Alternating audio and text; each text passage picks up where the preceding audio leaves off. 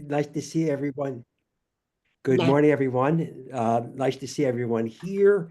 We have with us again our Lynn Levin, who's done other programs with us. She's an accomplished poet and author, and in this case, she will be reading a story, one of her short stories, in her recently published book. And it is a very Jewish kind of thing about a golem, and that's always exciting. So, Lynn, take it away. Thank you. Thank you, Abraham and Jerry, and hi all to all at Bagel U. So yeah, I'm going to read a story from my book, House Parties, collection of short stories. And this story uh, uses the ancient legend of the golem, but it also has themes of AI in it. And it was written before Chat GPT and all these other AI devices became a thing, but this led into it. So, Frieda and Her Golem. Not long ago, a poor and solitary rabbinical student named Frieda Goldstein decided that she would create for herself a being to serve as her helpmate and companion, an affectionate partner, a support in times of stress and self-doubt. The two of them would live as one, eating together, relaxing at home, and should physical intimacy feel right, then that too. From the start of her first year studies at the rabbinical college, Frieda's classmates, both the single ones and the married ones, aware that she was alone, invited her to coffee, Shabbat dinners, and movies. But Frieda, coveting her solitude and jealous of her time, always claimed other plans. Eventually, the invitations, which had first blown down like blossoms, withered away. The rabbinical class had recently studied Jewish folklore and had thoroughly traced the legend of the Golem of Prague. It was said that a 16th century mystic rabbi named Judah Loew, seeking to save the Jews of Prague from an anti Semitic attack, fashioned a man like creature from river clay. He animated it with an abracadabra of words and letters and sent it forth as a mighty protector. Once its mission was accomplished, however, the large and powerful golem developed free will and began to cause trouble. Rabbi Loew was forced to return the golem to an inert state. He did this by a clever move that again involved the mystical power of words and letters. When forming the magical savior, the rabbi had written emet, the Hebrew word for truth, on the golem's forehead. To deactivate the being, the rabbi removed the E from emet, which changed the spelling to mate, the Hebrew word for dead. Thus ended the golem. Considering Jewish history, said everyone in the class, no sane person could ever believe in the fantasy of an animated statue coming to the rescue of the Jews. Still, the potential of a creature brought to life or almost life whispered in the ear of the imagination. The class discussion branched out into Mary Shelley's Frankenstein, the question of robots with minds of their own, computers that could write music, and the wonders of machine learning, algorithms capable of remembering your tastes and habits, codes that told you what you should buy and do. With fear and awe, the class agreed that artificial intelligence was taking over, seducing and controlling us in its hyperlogical way. The class's conversation turned to ethics. To what extent should we let our inventions serve and direct us? How much should we toy with life? Nowadays, the disabled had robots to help them. What a superb and liberating force technology could be. Might it not, Frieda spoke up, at least in the world of make believe, be morally acceptable to create a being, you could call it a golem if you like, to be your partner in life? Everyone in the class turned to her with startled looks. It would be a good golem, one that didn't cause mischief or commit violence, she continued to the dumbstruck faces. Not a mindless automaton, but a golem that could be happy, have a purpose, and know that its existence meant something. Are you serious? Came a voice from across the room. No one else took up the argument, and the professor, adjusting his kippah, turned the discussion to the tale, The King's Three Daughters. Disregarding her classmates' reaction and refusing all reason and the wisdom of the legend, Frieda Goldstein resolved to make herself a personal golem. She would make it out of meatloaf, not river clay, and she would make it the coming Sunday. On the appointed day, a bright cold day in January, Frieda Goldstein sauntered home to her apartment, swinging two canvas shopping bags filled with ingredients for the meatloaf. Her curly brown hair bobbed in the chilly breeze. Advancing with her right foot, she felt herself striding toward a golden destiny. But with each footfall of the left, she sensed herself pitching headlong to a deep and dark unknown. As she came to the dog park across from her apartment building, she paused to watch the breeds and the mixes chase tennis balls and sniff each other. She saw the owners bag the poo, break up dog fights, dole out treats. Millions of people found love and companionship with dogs and cats, but it was so much trouble to take care of them. Better to fashion herself a neat and tidy one and only. With her helpmeet by her side, Freedom would have peaceful company, someone to handle the household chores, and loads of time to study. She would become a scholar rabbi, specializing in mystic texts. Frieda preheated the oven to 350 degrees and mixed together ground beef, dried onion soup mix, oatmeal, egg, and water. A kosher recipe, to be sure. In the baking pan, she formed the feet, then the sturdy legs and hips. She gave the creature a yoni and breasts. She shaped the meat into arms that could both work and embrace. Then she lovingly molded the face, adding 2 pearl onions for eyes. Being white and luminescent, the pearl onions, as yet sightless, seemed to stare at Frieda. As Rabbi Lowe had inscribed Emet upon the golem's brow, so Frieda, using tiny strips of red bell pepper, pressed the word friend in English on her creature's forehead. She inserted a piece of paper with the name Gittel into the mouth and baked the figure for an hour. When she removed it from the oven, she circled it 7 times in the way that a bride would circle her groom.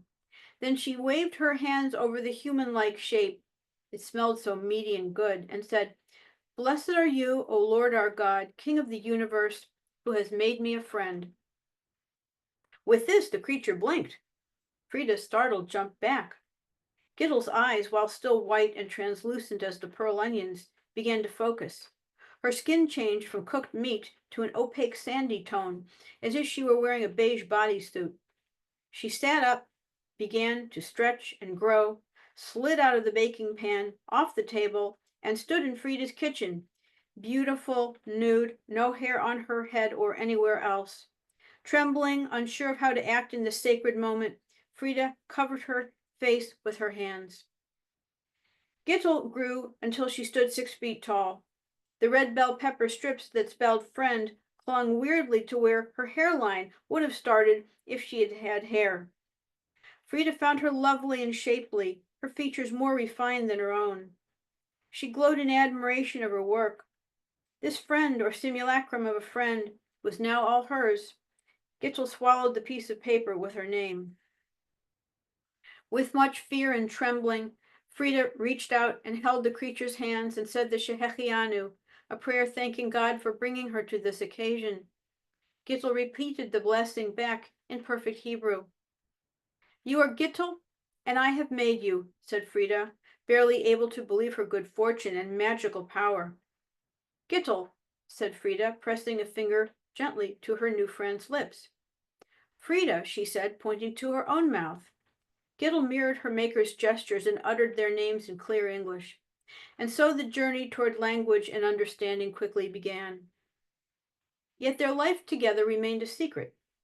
Gittel's appearance was strange, and Frieda decided that she must not let others see the naked wonder who lived with her. She would get around to buying her tall women's clothes, but for now Gittel must be kept away from the world, and the world must be kept away from Gittel. Frieda drew the shades in her apartment and kept them down. Gittel absorbed new vocabulary and grammar with ease, forgetting nothing. Evenings, when Frieda could steal a little time from her studies, she would sit with Gittel on her brown corduroy couch, first reading her preschool books with lots of pictures, then teaching her how to read. Together, they moved on to children's classics, then Nathaniel Hawthorne, George Eliot, and Mark Twain. Frieda guided her friend's understanding of the needs and predicaments of the people in the books. For the first time in her life, or at least the first time that she would admit, Frieda knew closeness and saw with growing awfulness, regret, and sadness what she had been missing all along. She wanted nothing more than Gittel in her life. Well, that and becoming a famous mystical scholar. The pair celebrated Shabbat each Friday night, Gittel blessing the candles, wine, and challah. When the winter holidays came up, the two of them relished dates, figs, and olives for the new year of the trees, and ate hamantaschen for Purim. In the bedroom, they discovered each other's pleasures. Frieda stroked her friend's smooth body. There was so much of her to caress. And Gittel, instructed by Frieda, ministered to her mistress's desires. After love-making, each clung to the other. Over the weeks, Gittel's awareness sprouted into many questions. Where did all the people in the books come from when there were only two of us? Why do those people in the books have so many problems? Frieda began to wish that she had not educated Gittel through literary works. Better to have instructed her in basic arithmetic, abstract art, or geometric design, supplying paper, pencils, and crayons instead of schooling her in the ravelings of human lives.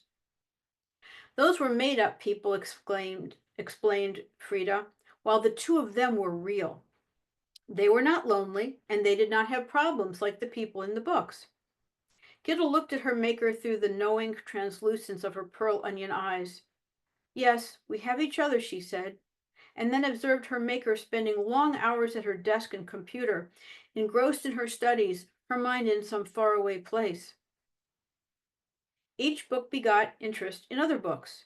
Gittel, being home all day and a hungry reader, tore through volume after volume. She drew up reading lists based on writers Frieda had mentioned: Walt Whitman, Albert Camus, Bernard Malamud, Toni Morrison, Margaret Atwood. Frieda gladly carried home stacks of library books for her friend. And thank goodness for libraries, as Frieda, who was barely scraping by on her stipend, could afford to buy nothing but her textbooks, and only the most basic foods and supplies. Frieda taught Gittel how to tidy up the apartment. How fine it felt after a long day of studying rabbinic skills and commentaries on ancient law to return to an apartment that was all swept, dusted, and shiny clean. Lovely to walk in the door, to kiss and be kissed. Frieda always smiled to see the red bell pepper strips that spelled friend upon Gittel's brow. But the knowing focus of those pearl onion eyes made her uneasy, and she would rather look at the being's brow or cheek or chin rather than meet the pale gaze. At first, Frieda, who was at best a very basic cook, had to learn what Gittel would eat and what she would not. Beef she would not touch, no surprise considering her raw material. For the same reason, she refused eggs, onions, and oatmeal. Eager to honor her companion's tastes, Frieda became a vegetarian and soon began to mix and use a knife. A quick learner with plenty of time on her hands, Gittel mastered easy, then elaborate recipes which Frieda pulled off the internet. She prepared pakoras with potato and cauliflower filling, vegetable biryanis, chopped salads, hummus and tahini, roasted carrots, and pizzas galore. Gittel wanted to learn more recipes, so Frieda taught her how to use the computer. One evening in March, Frieda came home to find a tower of boxes by her door, shipped from booksellers and purveyors of fine foods. Perplexed and suspecting fraud, she signed on to her credit card account and gasped as she read through hundreds of dollars of charges. Gittel cocked her head in confusion as Frieda broke down in tears. The red bell pepper spelling friend on the golem's forehead began to look taunting, even sarcastic. How could you do this? She cried to Gittel. She clutched her chest. You can't buy things. Only I can buy things. How am I going to pay for this? I can't pay for this. She pointed at the boxes. Was her companion going to take over her life? The computer said that based on the books I've read, I would like these books. And the recipes online said that because I made those recipes, I would like other dishes like them. And the computer showed me how to get the things I wanted. You don't understand money, retorted Frieda. You did something you had no right to do. A new awareness lit Gittel's face. This is what happens in books. She turned her terrible eyes to her maker. This is people having a problem. Frieda reported the spurious credit card charges to the bank, blaming them on a house guest who had gone way too far with computer privileges. She canceled the credit card, requested a new one, followed the instructions for returning the merchandise, and changed her passwords, all deliberately in front of Gittel. That night, each rolled away from the other in bed. In the darkness, Frieda considered the story of the Golem of Prague, how it broke free from the rabbi's control and began to frighten the town. But her Gittel was a good learner, and now that she knew that buying things by herself was something she must not do, and because Frieda had put precautions in place, the conjurer was confident that Gittel would desist from future shopping sprees. The next morning, they said little to each other. Upon returning home, Frieda was horrified to find that Gittel had opened all the window shades and was sitting by the living room window, chin in hand, fixated upon the dog park across the street. Oi, Gewalt! Had others seen the smooth and naked figure staring out the window? Now that Gittel was aware of the world outside their apartment, what was to become of their couplehood? What of the fiction, the lie really, that Frieda had fed her, that only two of them were real? We never open the shades, Frieda admonished her companion. Gittel stared out the window, mesmerized by the sight of other humans and four-legged furry things scurrying around them. You said that there were only two of us, but there were many others, so many others outside our home. I meant, said Frieda, that for me there was only you, and for you there was only me. We are a couple. But I kept much from you, and I am sorry. A veil of shame drifted over her face. She was unsure of how Gittel would see her now, unsure if their bond would hold. Gittel's awareness was growing on its own. Gittel, the marvelous invention, was transmogrifying into something as unpredictable as life itself. What was to become of Frieda's perfectly constructed life of study, domesticity, and companionship? And what are those brown and black creatures on four legs? Those are dogs. You pet them and feed them, and they live with you, and love you in return. Do they ever have problems? Asked Gittel. Sometimes. It takes a lot of work to take care of them. I would like to visit the dogs and the people. Frieda, all day you go to school, all evening you stay at your desk. I feel alone when you are away, and alone when you are at your desk at home. I cook, I clean, I read, and now I see the outside, and I want the outside. I want to talk to those people and pet their dogs. On her way home the next day, Frieda stopped at a Goodwill store and bought a tall woman's outfit for Gittel. Shoes and socks, pants and a blouse, a winter jacket, and sunglasses. She also purchased gloves and a big headscarf printed with pink magnolias. She would need to keep her creature as covered up as possible. The next Saturday, after she returned home from synagogue, Frieda dressed Gittel in the Goodwill outfit, explaining that this is what one had to wear when going outdoors. She stood on a chair and tied the headscarf as snugly and as fashionably as she could around Gittel's head so that the red bell pepper strips that spelled friend were covered by the scarf. Now she could pass for an Orthodox Jewish woman, or maybe a cancer patient hiding hair loss. Frieda slid the sunglasses onto Gittel's face. That was better. Now Frieda could look at her friend head on, no need to shy away from the troubling eyes. She tied a scarf around her own head and donned a pair of sunglasses. Frieda watched as Gittel watched as Frieda turned the key in the lock. The two descended the stairs, walked across the street to the dog park, and sat on a bench. They watched the owners throw balls and rings, saw the dogs slurp water from bowls, and heard owners compliment one another's pets as they traded tips about dog food and vets. A smile broke over Gittel's face as she watched the romping. A woman in a red coat, who had a boxer, sat down next to them on a bench and made small talk about the crisp day. Other dog people nodded their way. A dog park was a place for fellowship. Frieda, did not sense that her golem smelled beefy, but soon a number of dogs trotted over to sniff her. Gittel watched people petting the dogs, and she imitated them. Soon she appeared popular with the dogs. Someone let her throw a stick for fetch. The pet people came and went, but the lady in the red coat stayed beside them.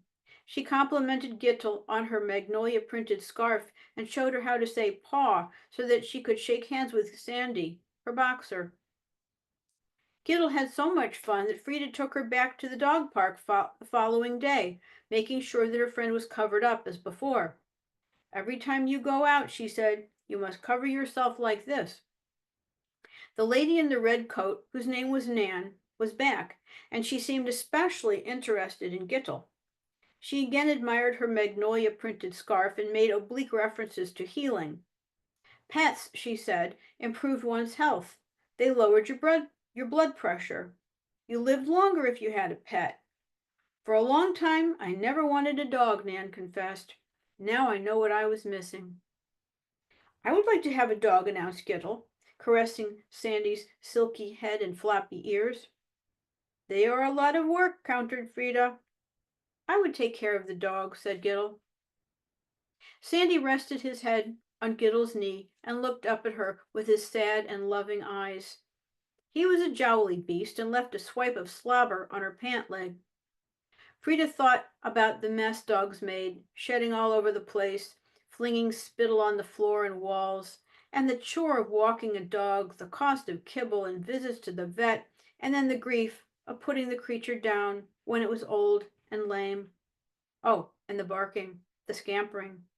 She needed silence and peace in which to contemplate the divine, search for oneness, pore over mystic texts.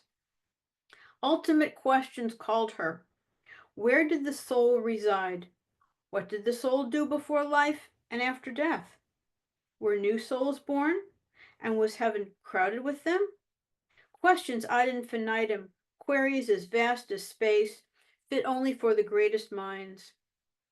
These park visits were wolfing down her study time. To the extent that Frieda was an introvert, Gittel was turning out to be an extrovert. She was far more sociable than Frieda. The young scholar began to fear that she might not be enough to fill her companion's heart.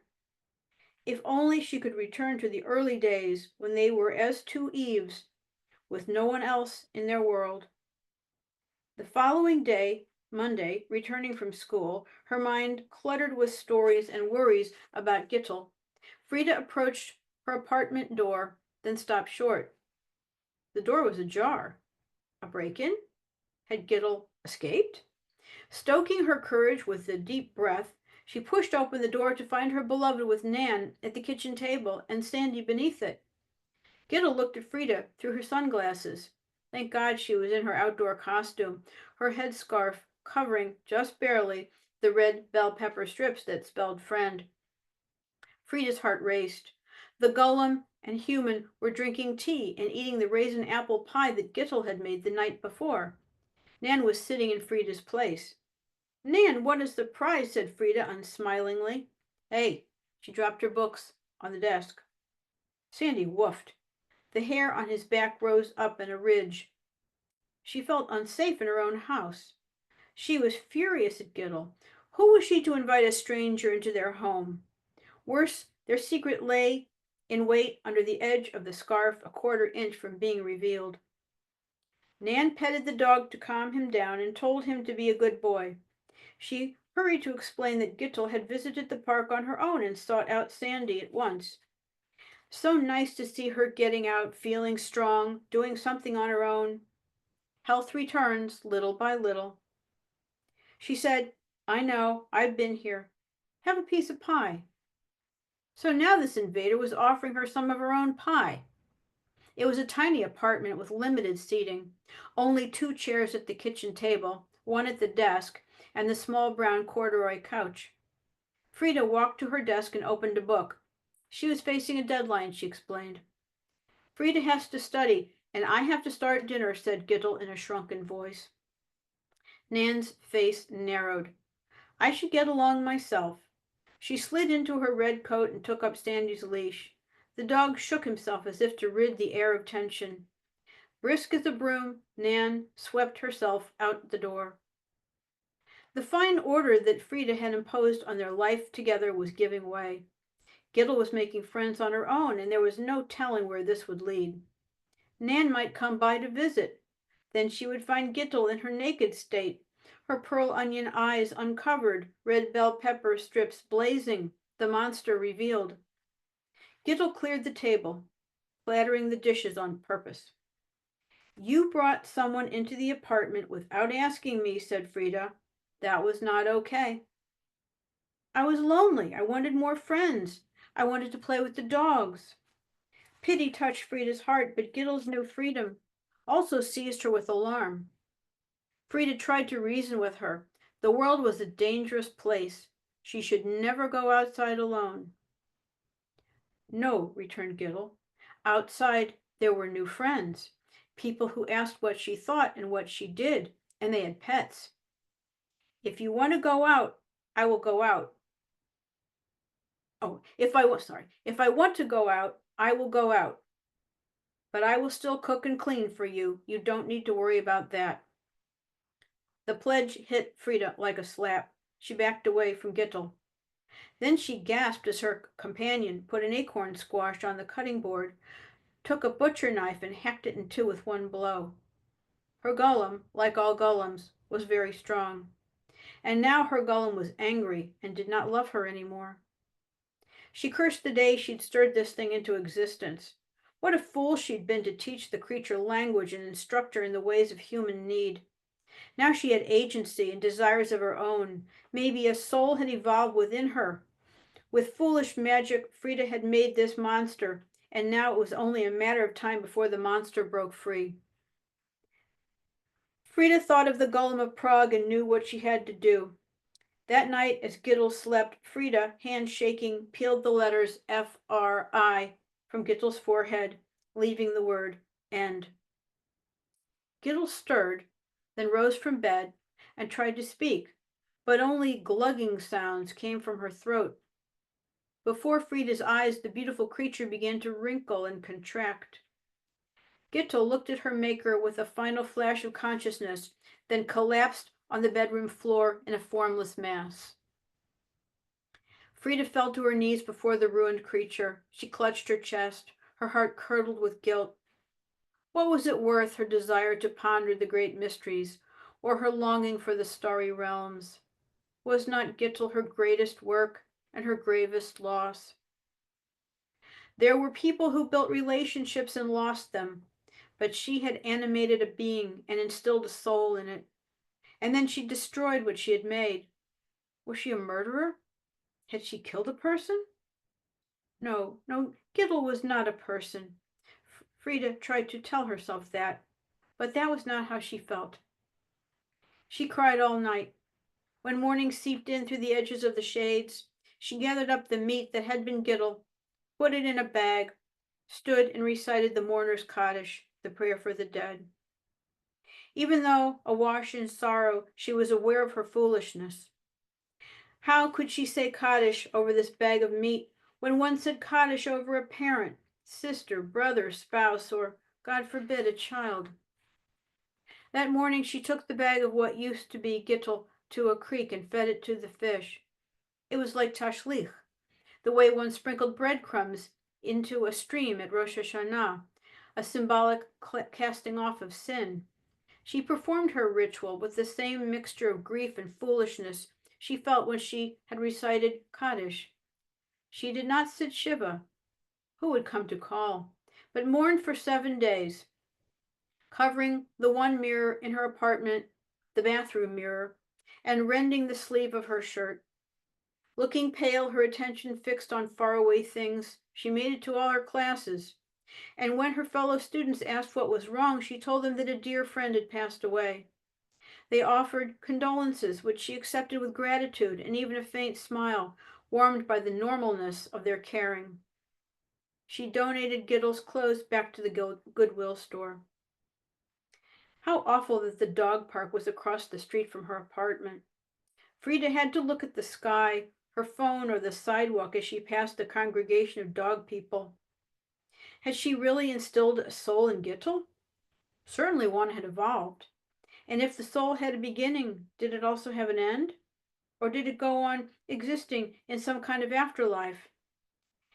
Here were those questions again, but they did not lift her mind as they had before. She wondered if the idea of an eternal soul was a universal fantasy in response to the universal fact of death. She wanted to curl up like a snail with a primitive brain and live in a shell. Shortly before her week of mourning was over, she heard unfamiliar steps on her landing and the scratch of nails. Then came a knock at the door. It was Nan with Sandy. Frieda let them in. Sorry to bother you, but I haven't seen Giddle around. Maybe she'd like to take a walk with Sandy and me. Nan looked around the room, perceiving the vacancy. We broke up, announced Frieda. She moved away. Things weren't working out. Nan's expression widened in surprise. Then she swallowed a little as if to contain her feelings. I'm so sorry. This must be rough. So rough, said Nan. Her words tumbled quickly. Rough for me, too. I mean, not as rough as for you. She was a new friend. Sandy sniffed the air. He stood by Nan and did not lie down or sit. She didn't even stop by the park to say goodbye. It was all very sudden, said Frieda. I hope she's okay. It looked like she'd been through a lot, what with the hair loss, the skin situation, the vision issue. She wanted her freedom. But to vanish like that. The two spoke a few more minutes about friends and breakups and how people got over them. Frieda looked at Nan. She was the forward type. But how else do you make friends? And friends are so hard to find. It seemed that all the connections were already knitted. Nan, as if anticipating that Frieda would soon hint that she should leave, announced that she would be getting on her way. The dog needed his walk. Giddle would be happy to know that you came by. But to vanish like that, repeated Nan. Was she wondering if Frieda had murdered her friend, locked her up in a basement somewhere? She did what she had to do, replied Frieda. She wanted her freedom. And except for the fact that Gittel lay trapped in her maker's heart, the great creation, unlike her maker, was now free from pain and loneliness and thought. Thank you for listening. Thank you. The end.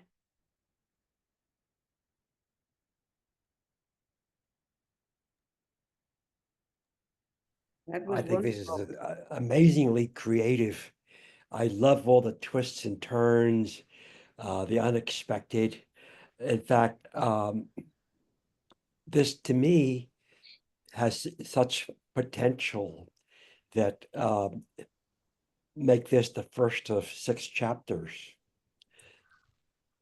I could see Well, I could see other escapades, being on the subway, taking an airplane ride. oh, right. Yeah, right. Before she gets dissolved, Right. maybe Gittel could go places. I Yes. never thought of extending it and branching it out that way, Abraham. That's a great idea. Yeah. I thought she was going to bring Giddle to the dog park as a treat for the dogs. Oh, that would have been a way to get rid of her. Pretty gruesome. Yes, I Pretty thought gruesome, that. but the dogs would really go for it. All that, They are dark tales, full of tales. yeah. Get rid of the Well, it evidence. goes along with the darkness and the gothic thing that Yeah. she could get rid of her that way. Yeah. Mm. Oh my gosh.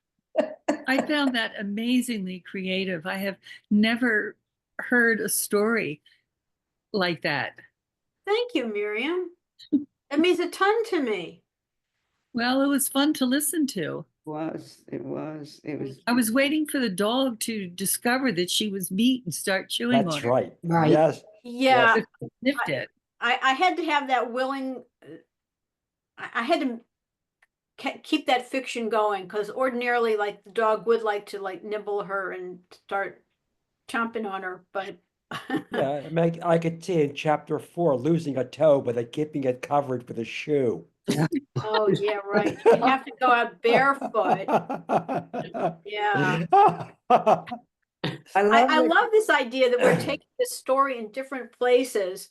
An airplane, a train ride, Yeah, you know, getting rid of her by having dogs eat yeah, her. yeah, Yeah, yes. I love the idea that they became such good friends that she explained away the whole issue of her, bald head and her eyes. And, that was kind of like, oh, wow, she didn't have to get rid of her. Look how, could have been fine, you know?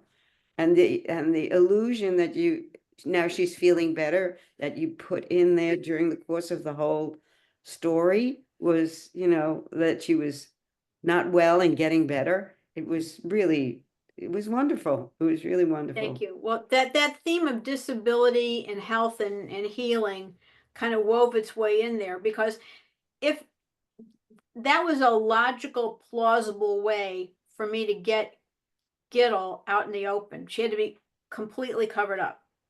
Mm. So yeah, there's some willing suspension of disbelief there, which is something that goes with all fiction stories. It's not impervious to questions of This is plausibility. this is such a powerful metaphor. I wanted to ask everyone if they've ever visited Prague and went to the Alta Schule, where Rabbi Lowe, yes, that includes me, and to be there and to know that this story originated there is magical, Yeah. magical. Isn't it so cool? And you know what else is cool, Abraham? They don't let you, the Golem's tomb is supposed to be upstairs. They That's right. don't let you go upstairs. That's right. You might disappear. Yeah, yeah. I love that part of the mystery. You Yeah. can't go upstairs. Yeah. When were you there, Abraham? Oh, it was probably 30 years ago. Okay. Yeah, yeah, I was there about 10 years ago or so. yeah. Yeah. But Prague is a fascinating place. Mm-hmm. Yeah. Yeah. Yeah. He then there's that cemetery right outside the old Oh, synagogue with the stairs. oh, yes. The cemeteries, they restricted the Jews from expanding. The only choice they have was to exhume and then dig deeper. They would be maybe 8 levels Mm, of graves in the same spot that you'd have all these names and all these pebbles, and for you've got a dozen people in this one spot. You know, yeah. Creepy. yeah. That's the way they had to configure it. I also want to relate also to Kehilat Hanahar.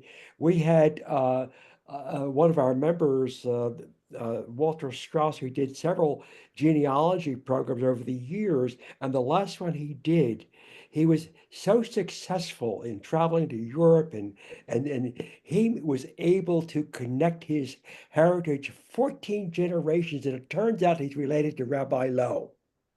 Oh my goodness. Yes. Wow. And so You Rabbi know, Lowe was not mythical himself then. well, according to this record. I love that. I love that. So, It's so different. we have it in our OKL Hanahar uh, royalty. Sure do. Yeah. Yeah. Oh my gosh. 14 generations. 14 generations, yes. How did how did records even survive? How did they? Well, the big break came when somebody in Europe had done lots of other genealogy work in Europe, Mhm. and somehow he managed to connect to this woman directly, and she had the rest of the record that included him. Wow. Oh my goodness. That that is fascinating. So if Yeah. have you guys read other Golem tales? Cynthia Ozick. Oh yeah. Oh well, I did read that one. Yes, The one that this you recommended to me, yes, Abraham. where I forgot the Papermaster or Fettermaster or something like that papers where the golem starts to run for office. Yeah, yeah, and in the one that I read, or the section that I read, the golem had quite a sexual appetite or something. Yes, of course. It That was was like nice and saucy. Yeah. yeah. Ages ago, I read something by Isaac Bashevis Singer. I think it was a novel called The Golem. Yes. Yeah. Okay, well, I haven't read that, but I've read other things by Isaac Bashevis Singer, and he's very attracted to the fantastical and the Yes. mystical and Dybbuk's and all kinds of creatures that he he finds plausible. I actually met him once, and I asked him this like upstart question of mine, like, do you really believe in Dybbuk's, and do you really believe in these creatures, these fantastic creatures? And he said, well, kind of like, well, how do you disprove it? That was Well, his response. Like, and when you stop and think about it, where do all of these practices? I mean, it's written nowhere in Torah that you have to cover the mirror, you have to cut the clothing. I mean, all these little, traditions that somehow popped up somewhere, and aren't these the magical ideas that have get incorporated into culture? yes, I didn't know that covering the mirror. Well, who knows Yeah, how many mirrors there were in ancient times? A yeah, piece of silver yeah, polished up was the best you could do, I guess. But I yeah. Sitting on a low stool, that's another one. oh Yeah, you can't sit on a regular chair. It has to be like a low stool. I mean, oh, you have to do that. I mean, this is in my Hasidic branch of the family. You have to do that. mm-hmm. Well, it reminds me of some of the laws of kashrut. The way it's practiced, in a frum manner these days, it's more stringent than the written laws, Yes. as I recall. And if you examine these, all these customs about our lives, you'll find that Singer is correct. We are ruled more by habit and practices that are really kind of magical than Hmm. by logically thought out facts. Yeah, yeah, more ruled by those Yeah, magical, these are our Dybbuk's, our imps, our demons, our very disturbing, but so true psychologically.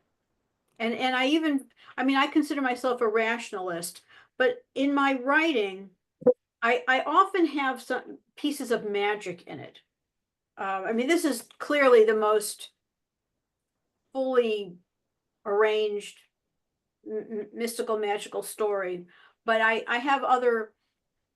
There's another story called the French Milliner's Model in House Parties, where this paper mache head uh, does come to life, and the owner of it develops a relationship with the head, even though she makes friends with her enemy, and then they yeah. become bonded. But that's the irrational.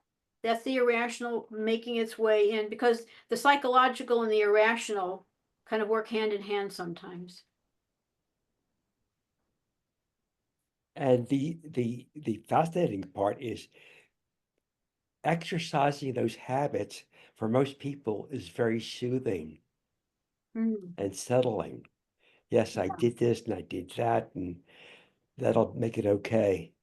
like in the rituals of mourning. Yes, Yeah, you don't feel quite complete unless you do follow those. It gives you, when you're in a state of chaos and grief and you don't know what to do, if those rituals come to your help, they shape what you they, they shape you, I guess. So more thoughts. Mhm.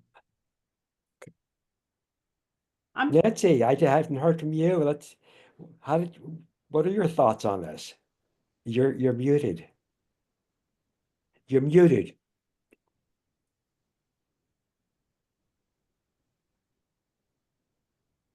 I thought it was sad that Frieda couldn't make friends with real people as a rabbi. I thought she was a sad individual. I agree, Nancy. She's a very sad individual. Part of this is because she puts her scholarship and her, high-minded efforts before human companionship and human relationships. And as a rabbi, that's a no-no. Yeah, it's a big no-no, but I think that she'd be a scholar rabbi, not a congregation rabbi. Or Lynn, have she uses that to cover up her inability to connect. Oh, Jerry, I love that insight. There's so many examples you can find of people who for reasons, probably of not being loved enough as a child, have deep doubts about their own worthiness, so that they find it difficult to connect. They focus in, people on the spectrum become experts of knowledge, but they don't relate to people. And, it's part of the human condition, this whole range of how we live. And there are a lot of people who feel isolated. In fact, our last attorney, not attorney, the Surgeon General talked Right. about that, Loneliness. this crisis of loneliness. Yeah, It's real. yeah. Well, very. But what Jerry and Abraham, what you were both talking about, maybe her feeling of unworthiness and her inability to connect with others came first, and then she went towards this mystical scholarship as a way forward, or as a way to deflect what she couldn't have. Yeah, feel worthy because at least you have this. The idea of Yes, feeling expertise. worthy. Maybe I'm not worthy of relationship, so I'm going to, maybe I'll be harsh, or maybe I'll get a profession that puts me above those things, or makes me so busy I don't have to worry about those things. But the feeling of being unworthy, that's so profound. And I was struck by the fact that Giddle was taken with the dogs, because I'm definitely a dog person, and dogs give you unconditional love. And she really seemed to take up on that. yeah, It's almost like the dog was more important than the dog's owner. yeah, Well, she really did love Sandy the dog. Yeah. yeah. She could Yeah. relate to Sandy the dog. Yeah, well, you've heard it said that if you want a reliable friend, get a dog. Yeah, yeah. And I'm sitting here with my dog's head on my lap. Aw, what kind of dog? She's a rescue, but she's she looks like a black lab, but Ooh, she's got a lot of pit bull in her, and Australian cattle dog. She's a real sweetheart. it looks silky smooth. Good for petting. Yes.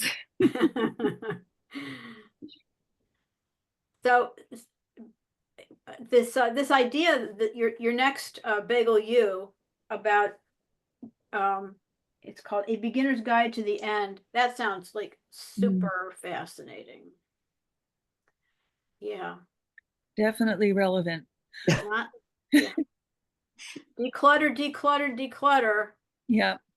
I just bought a book, which on the cover it says, I'm sorry, it's your problem now. I'm dead.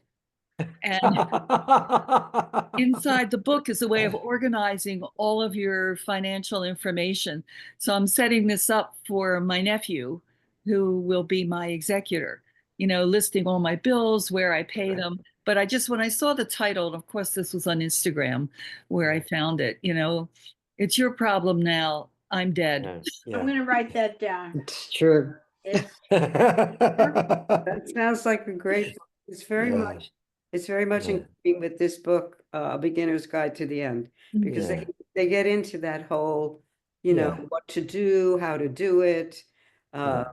and, you know, the very practical things to do, and then also the other kinds of things to, you know, say what you need to say, take care of, you know, what needs to be done emotionally, what you need to do emotionally and mentally and spiritually, you know, that there are things that we can do to talk to people and, you know, make peace, so to speak, Yeah. and really, you know, close the circle with certain things, you Mm-hmm. know, evaluate and go through, of course, all your possessions and not leave a mess, literally, Mm-hmm.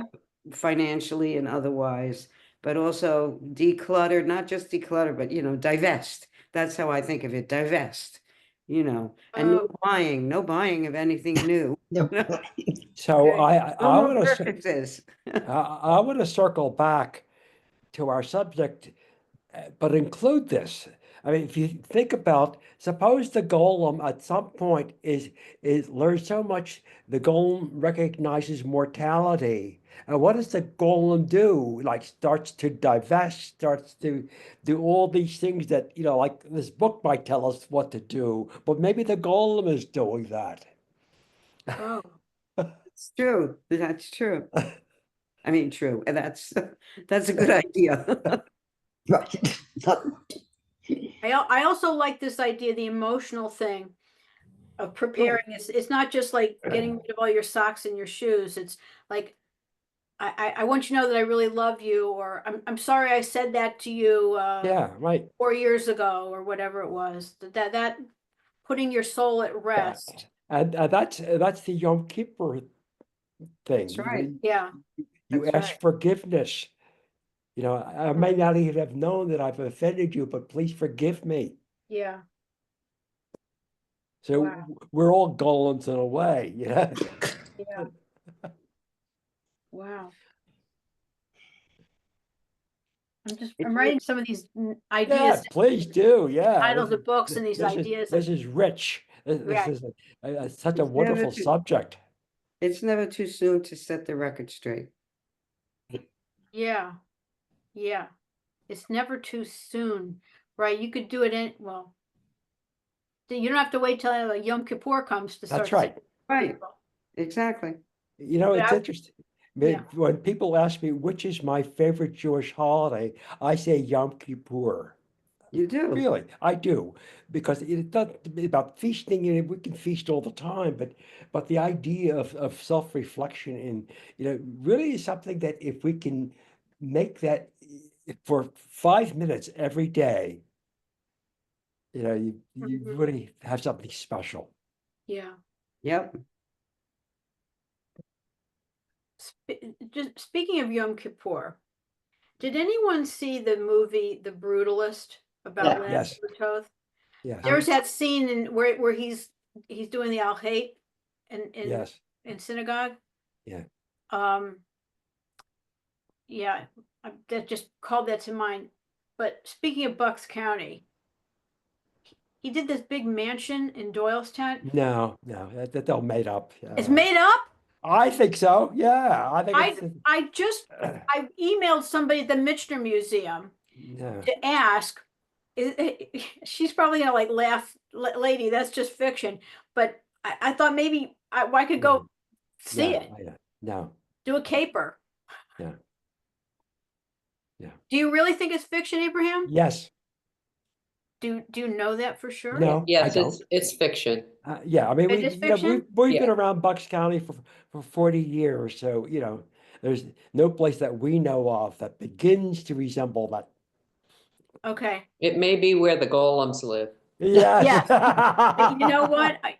If I try to go there, I better be very careful. Right. Is the movie itself based on a true story? Yeah.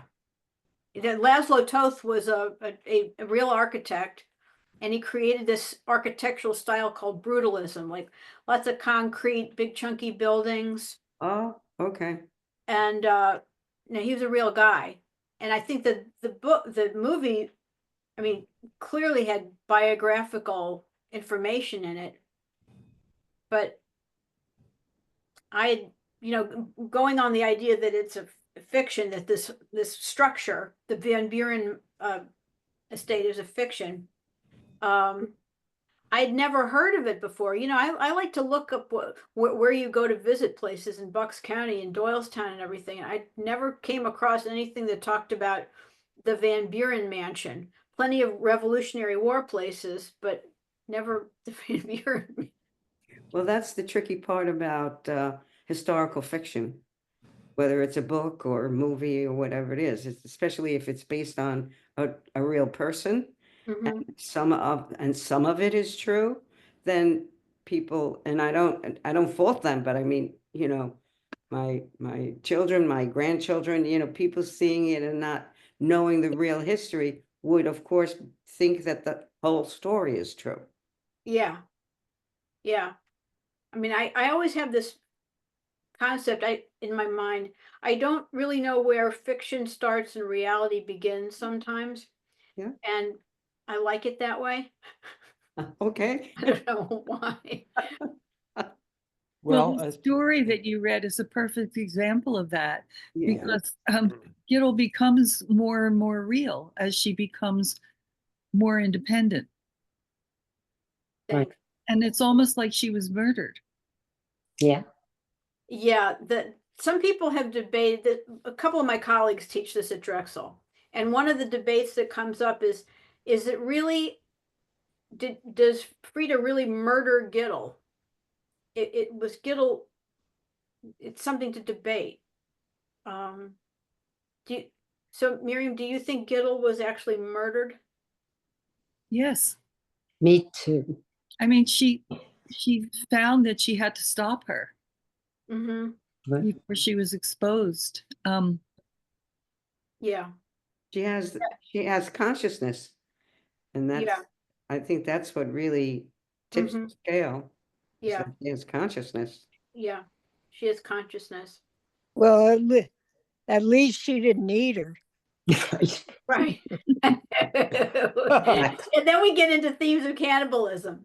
That's a different topic, but that it could wind into that. That could be the various demises of Gittel. I wish it were that simple to stop all the golems running around Washington. Yeah. Oh, yes. Yeah. I'm thinking of a particular golem right now and running around Washington. Yes. Well, we could do something to eat. Get rid of him. Yeah, maybe there's some magic words on his forehead, and we could peel some of them off, and then it would deactivate him. Yeah. Do you mean the twins? The twins? I see Washington as having twins now that I would Yeah. have to Yeah. put in Oh. that category. Yeah. Yeah. Oh, yeah. Yeah. Okay. Lynn, you have given us a gift, and I thank you for your effort and your stories and your creativity and the liveliness of Thank you. hearing the story and discussing this is really wonderful. I appreciate that so much, and I mean this is the book. There are 20 stories in here. Yeah. Yes. Plenty to keep one busy. But Abraham, I've known you for quite a few years now, and hearing this from you just fills my heart. Oh, thank you. Thank you. Yes. Thank you. Thank Lynn. you very much. Thank you. Thank you. you Very very much. enjoyable. Been Very a enjoyable. pleasure and a Yeah. privilege and a great privilege. Thank you. And I will have trouble making meatloaf from now on. That's so Do you think you're true. going to fashion it? Are you going to fashion it into like a gingerbread man kind All of? right. Absolutely Don't not. decorate it with carrot strips. Okay. Okay. Bye. All right. I guess Bye, we got to sign everyone. off. Bye. Goodbye.